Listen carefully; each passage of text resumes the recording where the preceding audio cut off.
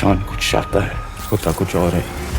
मशहूर इंडस्ट्रियलिस्ट हर्षवर्धन गौर के बेटे शौर्यमान गौर का नाम अटेम्प्टेड मर्डर केस में सामने आया है। मिस्टर अर्जुन मेहरा, हम कोर्ट में जीतने के लिए नहीं, हक के लिए लड़ते हैं।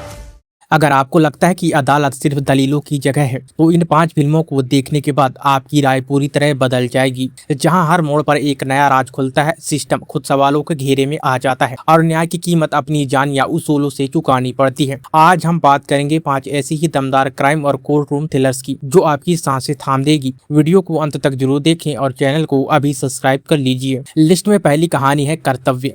कहानी शुरू होती है पुलिस ऑफिसर पावन मलिक से, जिसे एक खोजी पत्रकार रीमा की सुरक्षा का जिम्मा मिलता है। यह पत्रकार इलाके के सबसे रसूखदार ढोंगी बाबा आनंद श्री के आश्रम में बच्चों के शोषण का पर्दाफाश करने वाली होती है, लेकिन सुरक्षा के बावजूद सरेआम पत्रकार की हत्या हो जाती है और पवन सस्पेंड हो जाता है। अपनी वर्दी और सम्मान वापस पाने के लिए पवन के पास सिर्फ 7 दिन है। जांच जैसे जैसे आगे बढ़ती है, मामला सिर्फ कत्ल का नहीं रहता, इसमें राजनीति, ऑनर किलिंग और सिस्टम के धोखे सामने आते हैं। और सबसे बड़ा झटका तब लगता है जब कातिल का असली चेहरा सामने आता है। इस फिल्म को आप नेटफ्लिक्स पर देख सकते हैं। नंबर 2 पर आती है एक high voltage court room drama इक्का। इसमें आमने सामने है सनी देओल और अक्षय खन्ना। सनी देओल बने हैं मुंबई के सबसे बेदाग और अजय वकील जो कभी कोई केस नहीं हारते, लेकिन उनकी जिंदगी तब बिखर जाती है जब उनकी बीमार बेटी को बचाने के लिए सिर्फ एक ही इंसान का बोन मैरो मैच होता है, और वह इंसान कोई और नहीं बल्कि एक रसूखदार राजनेता का बिगड़ैल बेटा शौर्यमान यानी अक्षय खन्ना है, जिस पर हत्या के प्रयास का संगीन आरोप है। अब अर्जुन के सामने सबसे बड़े नैतिक दुविधा है, उसूल बचा या अपनी बेटी की जान। यह तीखी अदालती बहस आप नेटफ्लिक्स पर देख सकते हैं। तीसरी फिल्म है सिस्टम, जिसे निर्देशित किया है अश्वनी अय्यर तिवारी ने। नेहा जो सोनाक्षी सिन्हा अपने पिता और दिग्गज वकील रवि राजवंश की लॉ फर्म में पार्टनर बनना चाहती है। पिता एक कड़ी शर्त रखते हैं, लगातार 10 केस बिना हारे जीतने होंगे। शुरुआती नाकामी के बाद नेहा को कोर्ट की स्टेनोग्राफर सरिका से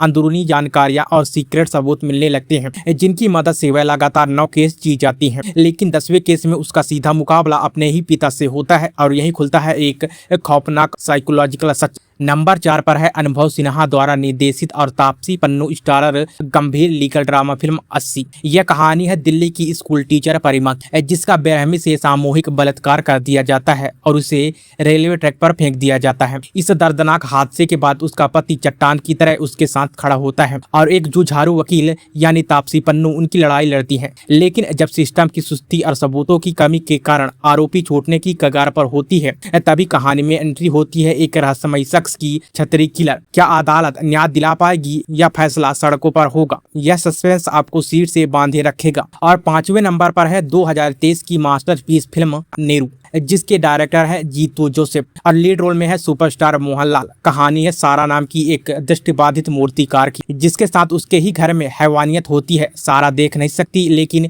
वह अपनी छूने और महसूस करने की असाधारण कला से अपराधी की पहचान करती है।